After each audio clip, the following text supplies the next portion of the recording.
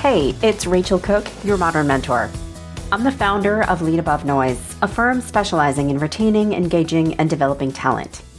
And as part of my work in leadership development, I run a group coaching program for organizations called Simple Coaching. I call it this partly because it's an acronym for the concepts that we cover, but mostly I call it this because I think we have vastly overcomplicated leadership. And I think we've left too many new leaders feeling like deer in headlights. And what I love about Simple Coaching is that it leans just a little bit on teaching concepts, and it focuses mostly on practicing and challenging and problem solving as leaders actually start using the concepts. Also, we spend a lot of time on leaders' questions because they have a lot of them. And this is a safe forum for them to just ask, and I answer. Today, I want to share a few of my favorite questions that I've gotten from recent participants in cohorts that I'm running, and I want to share with you the answers I've given them. Chances are you've struggled with one or more of these questions, and so I'm hoping you find some value in the conversation. The first question comes from a leader who's been in their role for about 18 months, and here's what he asked. We've talked a lot in this group about how important empathy is, and how much we need to listen and show humility and ask great questions and all that stuff. But also, isn't it my job to show up with confidence, to assure my team that it's safe to follow me? Don't they need to believe I have the answers? I'm struggling with how to balance these ideas, and I would love any advice.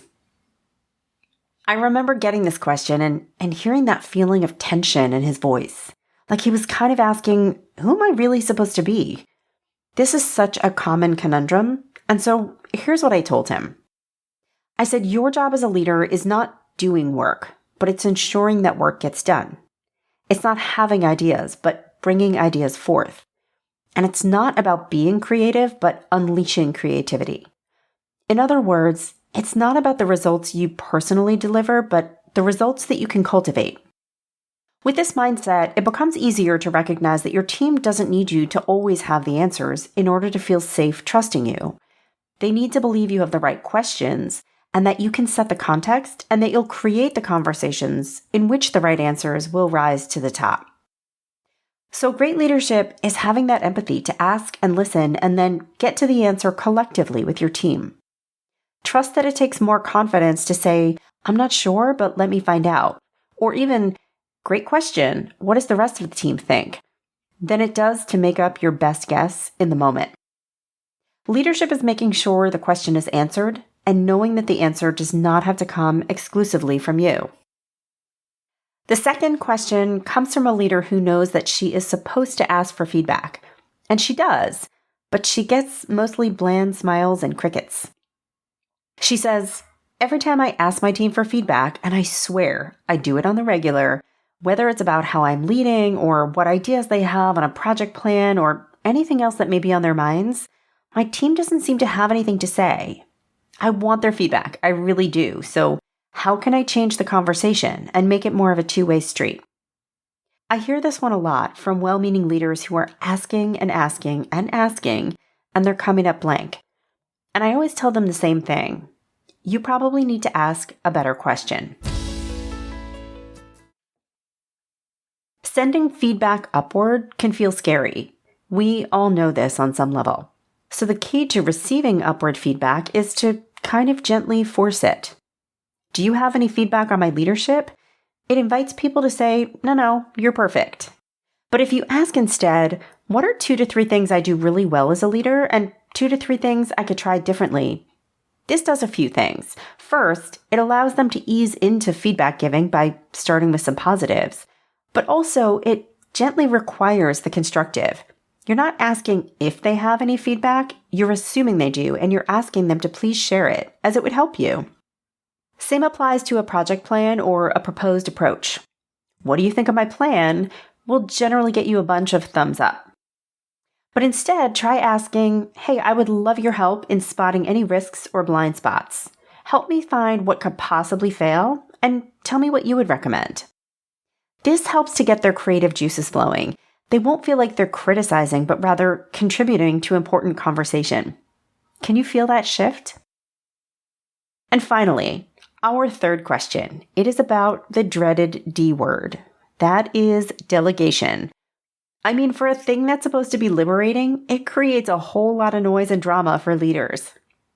Okay, so here's the question I got from a leader of an analytics team.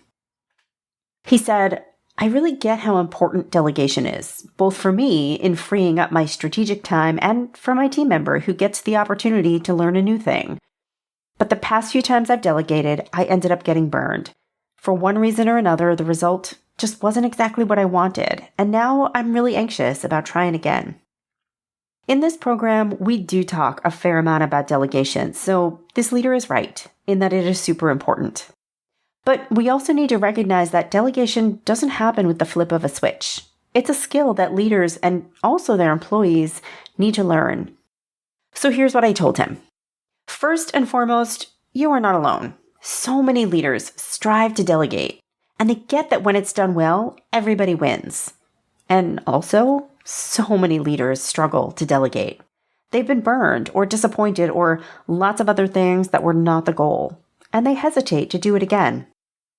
So now, just a touch of tough love, because, my friend, when delegation fails us, we need to look not just at the employee who missed the mark, but also in the mirror. Because as the person doing the delegating, chances are there was something in the way you set it up that could have been better. This isn't about blame, it's about problem solving and about figuring out how to do it better next time. So here are some questions to ask yourself when delegation has fallen flat. Did you choose the wrong person for the job? Were they fully ready to take it on? Did you set crystal clear expectations of the outcome, the timeline, etc.? If something in your vision wasn't clear, they may have been aiming for a different finish line. Did you offer support and feedback along the way, or did you just kind of hand off the task and run? Delegation should never be an abdication of responsibility on your part. It takes time for someone to be ready to fully own something new, so being present and offering feedback along the way is key.